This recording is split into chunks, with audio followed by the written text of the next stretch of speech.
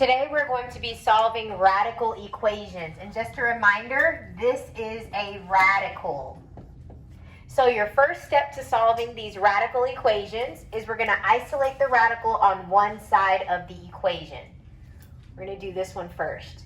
So this is my radical. To isolate it, what do I need to do first? Yep, I'm going to subtract 3. So I am left with negative 4th root m equals negative 3.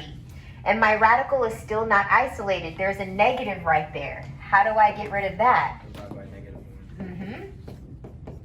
So those negatives cancel out. And finally, I'm left with the 4th root of m equals 3. So that is step 1, isolating the radical. The next step, we're going to raise each side of the equation to the power of the index. This is the index, okay? So for a square root, your index is not written, but your index would be 2 for a square root, okay? And how do you get rid of a square root? What would you do? To the power of 2. Exactly, to the power of 2 so that they cancel out. So guys, over here, how are you going to cancel out a 4th root? Add the power to the 4. Exactly, power of 4, so that those cancel out. So you are left with m equals, what's 3 to the 4th power? 81. Thank you, 81. Okay, so we need to plug 81 back into here to make sure it makes sense. So I have 3 minus the 4th root. For m, I'm going to plug in 81, and that should equal 0. Let's see if that's true. What's the 4th root of 81? 3. Is 3 minus 3 0? Yes. So that works. It is not extraneous. We can't forget step 4. All right. Yes. If it's extraneous, or if it doesn't equal 0, would it just be no solution? Yes. So if you plug that in and it makes no sense, we would just say no solution. All right. Let's try this example. So again, we need to isolate the square root equation. I need to isolate the radical. So what I'm going to do first is subtract 10. So you are left with the square root of 6w minus 5 equals negative 7. Let's pause here. Let's talk about square roots for a bit. What's the square root of 0? 0. What's the square root of 1? 1. What's the square root of 4? 2. What's the square root of 2? 1 point something, right? You got to put it in the calculator. But do you guys notice that square roots are always positive? Okay. If you had a negative, what would the answer be? It would be 2i, right? Okay. So you'll never get a negative. You might get an I, but not in this lesson. Okay. We're not dealing with imaginary numbers. But you will never get a negative. So guys, let's look back at this problem. We have a square root equaling a negative. That can't happen. So this is called no solution. This will not work. So whenever you have a square root equaling a negative number, you can just stop there. You don't have to continue trying to solve it. Just say no solution. Also, if you think about the square root graph, it's always positive. It's never negative, okay? Let's try this problem. What should we do first? Subtract 11. Yep, we're going to subtract this 11. So you have 7p minus 1. And guys, you can keep it as 1/3. If you want to, you can also write it as a cubed root. These are the same thing. And that equals negative 4. Okay, for your cubed root, if you think of the graph of a cubed root, is it negative? Yep, it has a negative side, so it's okay if it's negative. The only issue if you have a square root equaling a negative number. That's when it's no solution. But this is okay. Cubed roots, they're okay. Whenever this index is even, like a square root or a 4th root, a 6th root, that's when it cannot equal a negative number. But if your index is odd, it's okay. All right, so let's continue solving. How are we going to get rid of this cubed root? Cube it. We're going to cube both sides. So you are left with 7p minus 1 equals, what's that? Negative 64. Thank you, Lily. All right, we're just going to keep on solving. So you would add 1 to get negative 63, and then divide by 7. So your answer is p equals negative 9. Now let's plug it in and make sure it makes sense. So the original problem was 7p minus 1, and you can think of this as a cubed root, plus 11 should equal 7. So if I plug in a negative 9 right here, you get negative 63 minus 1 is negative 64. Okay, and what is the cubed root of negative 64?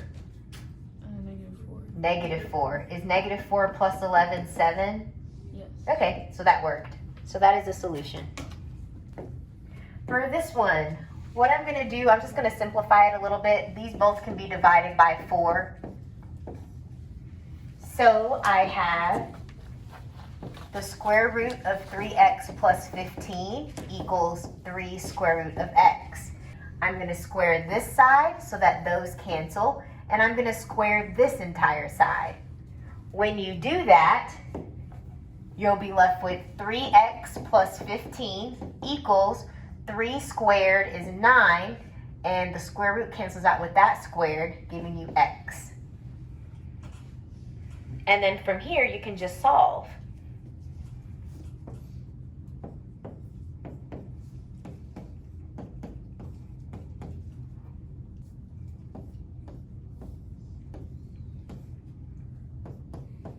Make sure you simplify your fractions. So this should be 5 halves, or you can say 2.5. All right, let's check and see if this works. So the original problem,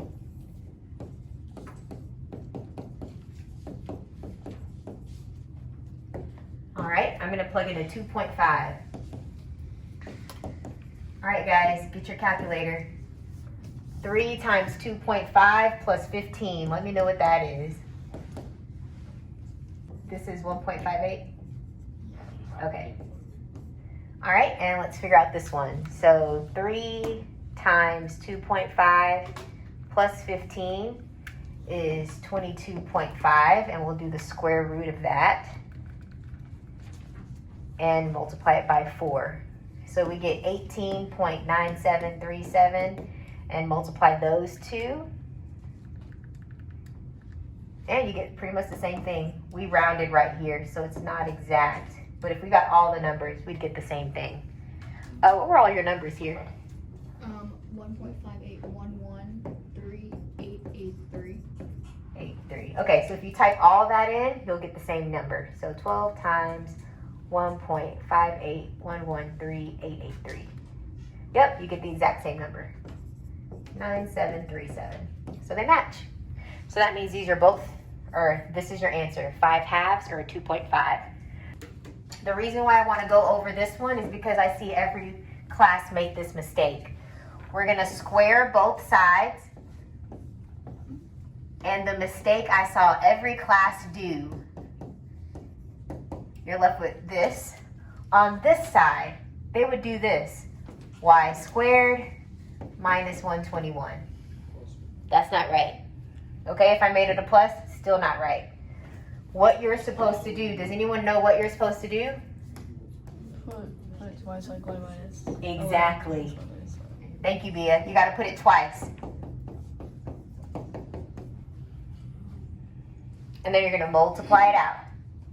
So we'll have y times y, which is y squared. That will be minus 11y minus 11y plus 121.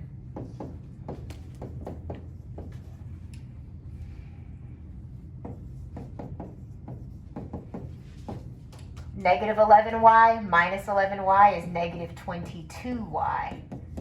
So I just combine these two. And guys, whenever you have a squared in your equation, how are you going to solve it? Yep, you're going to have to factor. So move everything over to this side because I want my y squared to stay positive. So I'm going to move this 51 over and make it a negative 51. And move the negative 5y over and make it a positive 5y. So you're left with 0 on this side, and you have y squared. Negative 22 plus 5 is negative 17, and that will be plus 70. So then, think of two numbers that multiply to 70, add to negative 17. Yep, perfect, thank you. So this is y minus 10 and y minus 7. So your answers will be 10 and 7, but you gotta check.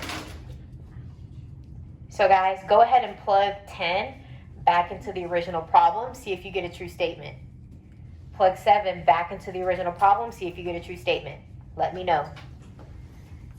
So this will be 51 minus 50, which is the square root of 1, and that's negative 1. That's not right, because the square root of 1 is 1. So 10 can't be an answer. Let's see if 7 is. So we get 51 minus 35, and this is negative 4.